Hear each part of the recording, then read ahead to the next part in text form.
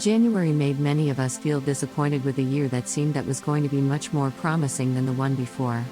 If you're one of those who, after January, is expecting the worst of 2022, don't worry. It will get better. This whole ruckus is primarily attributed to the double Venus and Mercury retrograde happening in your third house. This could have made relationships with friends, siblings, and distant relatives a little sour. There's a chance that there's even been some neighborhood drama. Either way, right at the beginning of February, on the 3rd we come to a conclusion to this retrograde episode as Mercury stations direct and Venus retrograde cycle is long over, and she starts to pick up speed. Since the third house is also the house of communication, there's a very strong synergy with Mercury stationing on those first few days. This is the time for you, as a good Scorpio, to take matters into your hands and clear out any of the tension. While doing so may cause more polemic, at least you'll get people thinking. Everyone knows that Scorpios are not afraid to say what needs to be said at a given moment. Knowing that, don't be shy. Even if people get the wrong impression at first, you're sure to get them to leave their close-minded ideas behind, and this is what you want at the end of the day. The Mercury retrograde likely got everyone to be a little avoidant of critical thinking while relying on a more biased emotion-based decision-making process. You, more than anybody, knows that that won't fly. On that same day, the Sun and Saturn will also be conjoining in your 4th house of home and family.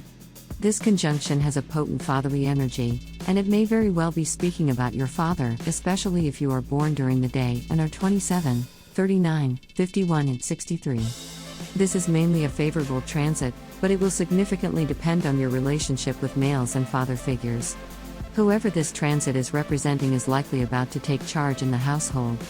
If there was indeed any dramatic situation, especially involving your siblings if you have any, this paternal persona is here to appease and put an end to misunderstandings and arguments. While their attitude may be somewhat domineering, this may just be what the situation requires.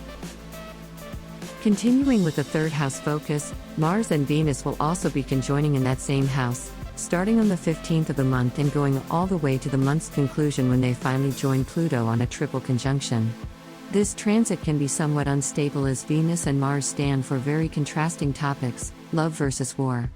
This could represent a push for the union that's met with some resistance, especially if you are a diurnal Scorpio. While this can represent a fraternal situation, the third house also deals with short trips and the idea of fast-paced movement. If the theme of siblings doesn't apply to you, this transit could also symbolize you or someone in your life wanting to go on a short adventure, though the second party may not be so keen on going anywhere. If that's the most likely scenario for you, it might be best to just go adventuring yourself, or vice versa. Despite the tension inherent to this transit, it's also very likely that the same pressure generates some kind of excitement because one big intersection between these two planets is the idea of pleasure. Not long after this transit, we have the full moon of the month happening in your 10th house. This lunation keeps up with the wish-washy theme for February. While a full moon in Leo is typically an excellent omen of recognition and power, this one may be met with some setbacks. While this doesn't take away from some career success, the opposition of Saturn in your 4th house might make this success hard-earned or slightly delayed. These delays and hurdles are likely the result of distractions happening within the home. Some of you could even be trying to move at the moment in order to pursue a career opportunity, but the move could move much slower than anticipated. This is even more true for those of you born at night. The month comes to a close with a Mercury and Uranus square between your 7th and 4th houses. This can actually turn out to be quite the cerebral square, generating collaborative ideas between you and people you have an intimate relationship with. These don't necessarily have to be romantic. With that said, don't try to do everything on your own, and use the energies of this transit to do some brainstorming. As long as your motto for this part of the month is 2 brains are better than 1, there's nothing you can't accomplish. Thank you so much for watching.